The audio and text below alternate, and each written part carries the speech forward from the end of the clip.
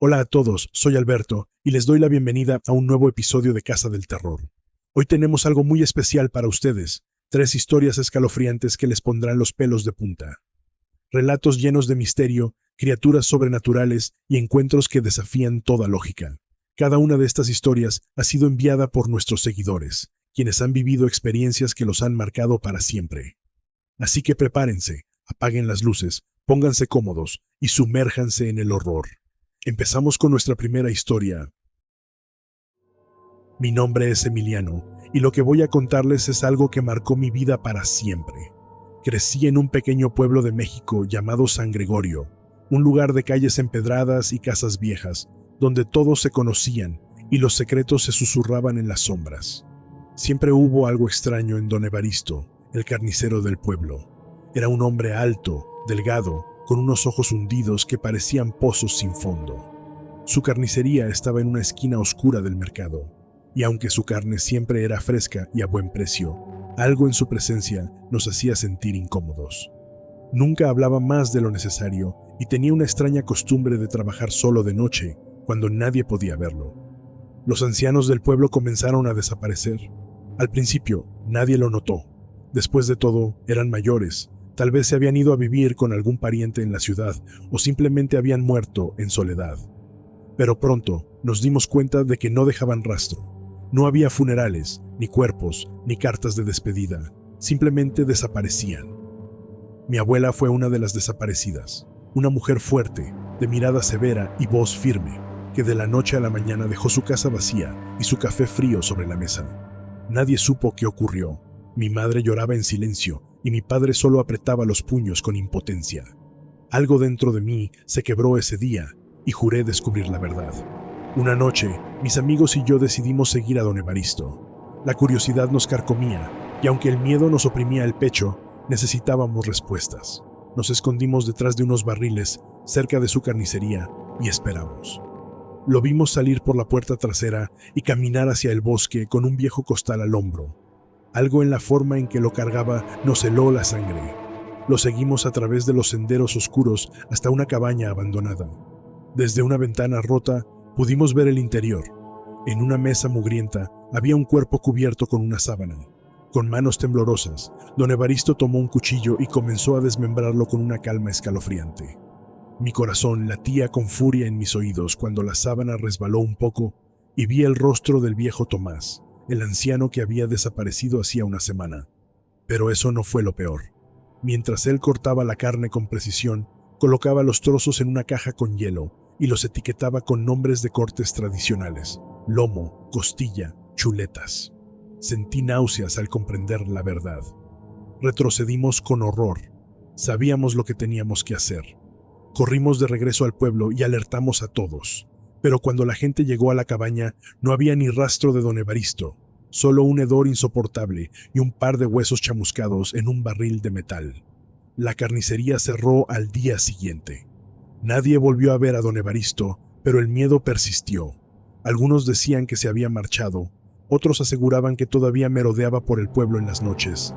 Unos días después, el miedo se convirtió en paranoia. Se revisaron todas las carnicerías y en una de ellas se encontró carne de origen dudoso. La noticia sacudió el pueblo. Desde entonces, la carne fue un lujo que pocos se atrevían a comprar. Los años pasaron y San Gregorio nunca volvió a ser el mismo. La gente cerraba sus puertas temprano y nadie se aventuraba solo por las calles después del anochecer. Algunos aseguraban haber visto una sombra moverse entre los callejones. Otros decían haber escuchado el sonido de cuchillos afilándose en la madrugada. Cuando cumplí 25 años, decidí volver al pueblo. Mis padres ya habían muerto y sentí la necesidad de enfrentar mis miedos. Encontré la carnicería en el mismo estado de abandono, con sus ventanas rotas y su puerta desvencijada. Me armé de valor y entré. El interior estaba cubierto de polvo, pero el olor seguía allí. Un hedor penetrante, una mezcla de carne podrida y sangre seca. Caminé hacia la parte trasera, donde encontré una trampa para ratas que aún estaba fresca. Había sido colocada recientemente. Mi piel se erizó. Entonces lo escuché. Un sonido apenas perceptible, el crujido de un tablón bajo un peso invisible. Giré sobre mis talones y vi una sombra moverse en la oscuridad. Mi sangre se heló. Emiliano, susurró una voz ronca y familiar. Mi corazón casi se detuvo. Era don Evaristo. No había envejecido ni un solo día. Corrí como nunca en mi vida. Salí de la carnicería y no miré atrás. Desde entonces no he vuelto a San Gregorio, pero sé que el horror no ha terminado. Pasaron los años y cada vez que entraba en una carnicería en alguna ciudad distante, un escalofrío recorría mi espalda. A veces, el olor de la carne fresca me hacía recordar aquel momento. No podía evitar preguntarme cuántas personas, sin saberlo, habían probado la carne de don Evaristo. Hace unos meses, recibí una carta anónima en mi buzón. No tenía remitente, solo una hoja amarillenta con una sola frase escrita en tinta roja. Nos vemos pronto. Desde entonces, siento que alguien me observa. Oigo pasos en mi calle por la noche y he visto sombras moverse tras las ventanas. Anoche, cuando revisé mi refrigerador, encontré un paquete envuelto en papel de carnicero con mi nombre escrito en él. No tuve el valor de abrirlo. Sé que él sigue ahí, en algún lugar, esperando a su próxima víctima. Tal vez sea yo. No puedo dormir. Cada noche escucho cuchillos siendo afilados. Intenté mudarme, pero el paquete de carne siempre aparece en mi refrigerador. Fui a la policía, pero se rieron de mí. No hay evidencia, no hay pruebas. Solo el miedo constante. Anoche escuché un golpe en la puerta de mi departamento. No abrí. Esta mañana había marcas de manos ensangrentadas en la entrada. Ya no sé qué hacer. Tal vez, si están escuchando esto, ya sea demasiado tarde para mí. Pero quiero que el mundo sepa la verdad. Don Evaristo nunca se fue, y ahora me está cazando a mí. Si alguna vez encuentran carne con un sabor extraño, pregúntense de dónde vino. El metro de la Ciudad de México es un lugar de historias, de prisas, de rostros anónimos que van y vienen entre túneles oscuros y vagones repletos. Pero cuando la ciudad duerme y las estaciones quedan desiertas, los maquinistas saben que hay cosas que acechan en la penumbra. Rogelio, un experimentado conductor de trenes, fue testigo de algo que marcó su vida para siempre: la aparición de una niña en las vías. Lo que al principio parecía una alucinación, pronto se convirtió en una aterradora obsesión.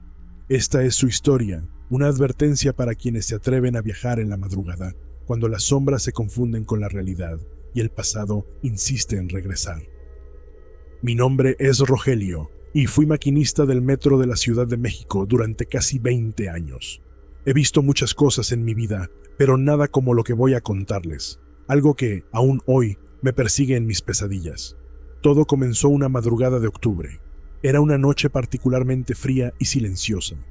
Estaba a cargo del último tren de la línea 2, recorriendo las estaciones vacías mientras la ciudad dormía. Pasaban de las 2 de la mañana cuando, al acercarme a la estación Panteones, la vi por primera vez. Era una niña, no debía tener más de 6 o 7 años. Estaba de pie sobre las vías, descalza y con un vestido blanco manchado de algo oscuro. Su cabello negro le caía sobre el rostro.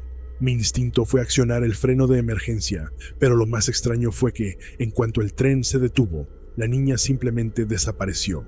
Me bajé a revisar. La estación estaba completamente vacía. No había señales de la niña, ni huellas en la grava de las vías. Solo un frío insoportable que me recorrió la espalda. No mencioné lo ocurrido en ese momento. Pensé que tal vez era el cansancio o un simple juego de luces. Pero al pasar los días, algo me hizo reconsiderarlo. Platicando con otros maquinistas, descubrí que no era el único que había visto a la niña. Algunos decían haberla visto en Tacuba, otros en Hidalgo, y los más veteranos aseguraban que su aparición siempre presagiaba desgracias. Un descarrilamiento, un suicidio, un accidente en los túneles.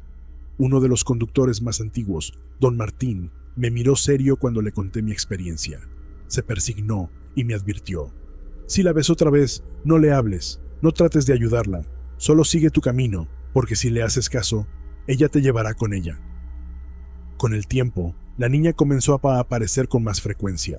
A veces la veía de reojo en los túneles oscuros, otras en los espejos de las estaciones. Pero la peor fue aquella noche en la estación Bellas Artes. El tren iba casi vacío. Solo un par de pasajeros dormidos y el silbido monótono del metal contra los rieles. Al entrar al túnel, la vi de nuevo. Estaba en medio de las vías, pero esta vez me miraba directamente. Su rostro era algo que no puedo describir sin que se me erice la piel. No tenía ojos, solo cuencas negras y profundas.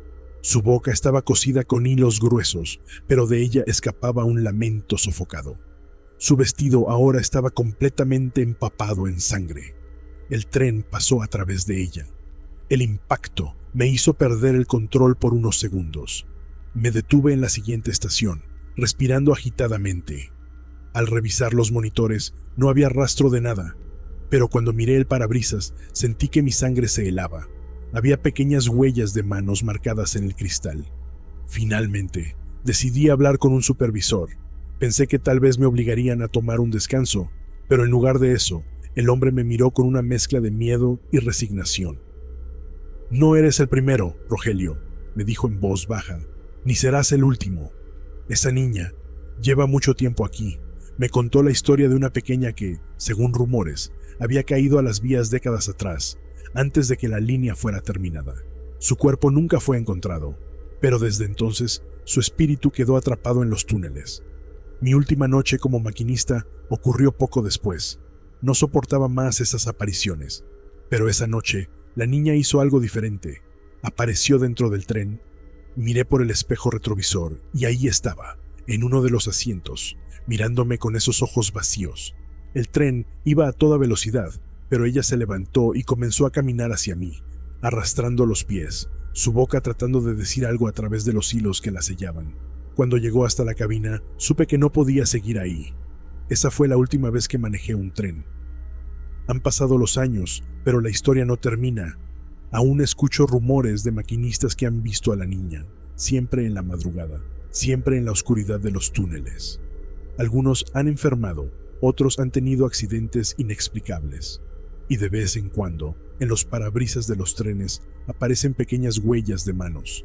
A veces, en las madrugadas más silenciosas, cuando paso cerca del metro, escucho el eco lejano de un tren en movimiento. Pero sé que no hay trenes a esa hora. Un día, recibí una llamada. Era un viejo compañero de trabajo, un maquinista de la misma línea en la que yo trabajé. Su voz temblaba. «Rogelio, ella te está buscando». Me contó que, en una de sus rondas nocturnas, la niña había aparecido dentro del tren. Pero esta vez, no solo estaba ahí, murmuraba mi nombre. Me estremecí hasta los huesos. Desde entonces, me siento vigilado. Las luces de mi casa parpadean sin razón. El reflejo de los vidrios a veces me devuelve la imagen de una sombra pequeña detrás de mí. Y anoche encontré algo en mi auto que me paralizó por completo. Pequeñas huellas de manos marcadas en el parabrisas. Sé que esto no ha terminado. Sé que, tarde o temprano, tendré que volver a las vías para enfrentarla, o para unirme a ella. Esta es la tercera historia del día, enviada por un suscriptor que nos habló sobre un amigo suyo, un trailero veterano que juró nunca volver a recorrer cierto tramo de la carretera en Chiapas. Para hacer la historia más intensa, la narraré en primera persona, tal como me la contaron. Prepárense, porque esta es una historia que difícilmente podrán olvidar. Me llamo Ernesto Martínez, pero en el gremio de traileros me conocen como El Flaco. He recorrido todas las carreteras de México, pero hay un tramo en particular que juro nunca volver a cruzar. Era una noche como cualquier otra en la carretera panamericana, entre Comitán y Ocosingo, en el estado de Chiapas. Lo que experimenté esa noche me marcó para siempre. Desde que tengo memoria, mi vida ha transcurrido sobre ruedas. Mi padre también fue trailero, y de él heredé el amor por la carretera. Pasábamos días enteros viajando, llevando cargas de un estado a otro, compartiendo historias y supersticiones con otros conductores en las paradas de descanso. Aprendí que en el camino hay peligros que van más allá de los asaltantes o el cansancio. Hay cosas que acechan en la oscuridad, esperando el momento oportuno para revelarse. A lo largo de los años había escuchado relatos de apariciones, brujas y espíritus que acechaban a los viajeros nocturnos, pero jamás imaginé que un día yo mismo formaría parte de esas leyendas. La ruta entre Comitán y Ocosingo es un suplicio para cualquier conductor. Curvas cerradas, precipicios que parecen no tener fondo y un silencio sepulcral que solo interrumpe el rugido de los motores. Pero hay algo más. Desde hace años se cuentan historias sobre esa carretera. Desapariciones, avistamientos de sombras en el bosque y el lamento de criaturas que no deberían existir.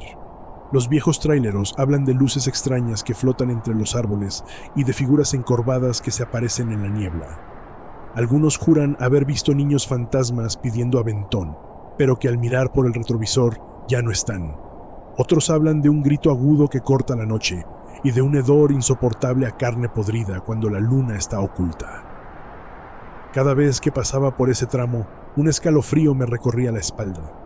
Había escuchado muchas de esas historias en las paradas de carretera, en los cafés donde los camioneros descansaban. Cuentos sobre criaturas que cazaban en la noche, sobre hombres que desaparecían sin dejar rastro, y sobre autos encontrados vacíos, con las puertas abiertas y las llaves aún puestas en el encendido. Aquella noche, transportaba una carga de electrodomésticos con destino a Palenque. Era cerca de la medianoche, y el cielo estaba cubierto por nubes densas que ocultaban la luna. Mi radio de banda civil estaba en silencio, lo cual era raro. Generalmente siempre había algún trailero compartiendo chistes o advertencias sobre retenes, pero esa noche solo se escuchaba la estática. Manejaba con el parabrisas empañado por la humedad. Reduje la velocidad para no salirme en alguna curva. El aire estaba cargado de una tensión inexplicable, como si algo invisible acechara en la oscuridad. Fue entonces cuando lo vi. A unos 50 metros delante, al borde de la carretera, había una figura encorvada. Parecía un hombre, aunque su postura era extraña. Vestía harapos y tenía el cabello largo y enmarañado. Me pregunté qué demonios hacía alguien allí, en medio de la nada. Al pasar a su lado, giró la cabeza y lo vi con claridad. Sus ojos brillaban en la oscuridad con un resplandor amarillo, y su boca estaba llena de colmillos afilados. Su piel era gruesa, cubierta de un pelaje irregular y oscuro. Sentí un escalofrío recorrerme la columna. Pegué un grito y pisé el acelerador, intentando alejarme lo más rápido posible. El miedo comenzó a apoderarse de mí. Miraba por los espejos tratando de convencerme de que lo que había visto era solo un vagabundo, quizás alguien enfermo. Pero entonces, en el reflejo, vi algo imposible. Por el retrovisor vi cómo la figura se movía. No corrió como un hombre, sino como una bestia a 4 patas. Su velocidad era inhumana. Sentí que la sangre se me helaba. No podía ser real. Aceleré a fondo, pero el monstruo seguía acercándose. Entonces escuché un golpe seco en la parte trasera del tráiler y el vehículo se sacudió. Algo o alguien se había subido a la caja. Miré por los espejos laterales, pero la oscuridad me impedía ver bien. De pronto, un golpe estremecedor sacudió la cabina. Algo enorme cayó sobre el techo. Escuché garras rasgando el metal. La bestia estaba arriba de mí. Intenté calmarme y pensar con claridad. Si perdía el control del tráiler, caería por uno de los barrancos. Conduje con más fuerza, intentando sacudirme al monstruo, pero era inútil. Cada vez que giraba el volante, la criatura se aferraba con más fuerza. Entonces sentí un sonido más aterrador que cualquier cosa. Un gruñido profundo y gutural, como si la muerte misma estuviera respirando sobre mi hombro. El terror me invadió. Intenté sacudirme al monstruo, moviendo el volante de un lado a otro. El tráiler derrapó, pero logré mantener el control. Un rugido ensordecedor resonó en la noche. Luego, un brazo cubierto de pelo se deslizó por la ventanilla del lado del copiloto. Era un brazo humanoide, pero grotescamente alargado, con garras negras y curvas como cuchillos. Pisar los frenos fue mi único instinto. El tráiler chilló y se detuvo abruptamente. Algo salió despedido hacia el pavimento. Mi corazón latía con fuerza cuando miré hacia adelante. La bestia estaba en el suelo, pero comenzó a levantarse. Sin pensarlo 2 veces, metí reversa y luego aceleré con todas mis fuerzas, pasando sobre la criatura. Sentí el impacto, pero no me detuve a mirar. Seguí manejando a toda velocidad, con las manos temblorosas sobre el volante. Nunca encontraron mi cuerpo. Solo hallaron mi tráiler abandonado en la carretera, con la cabina destrozada y las marcas de garras en la carrocería. Mi historia se convirtió en un rumor entre los traileros, una advertencia para quienes recorren esa ruta en las noches sin luna, porque en la selva de Chiapas hay algo más que árboles y animales, y cuando escuches un aullido en la distancia, no te detengas, corre. Los años han pasado y algunos aseguran haber visto mi silueta en la carretera, una figura borrosa en la penumbra. Otros dicen haber escuchado mi voz en la radio CB, advirtiendo a los conductores que no paren en la oscuridad. Quizás mi espíritu sigue atrapado en ese tramo maldito, o tal vez soy yo quien ahora acecha en la maleza.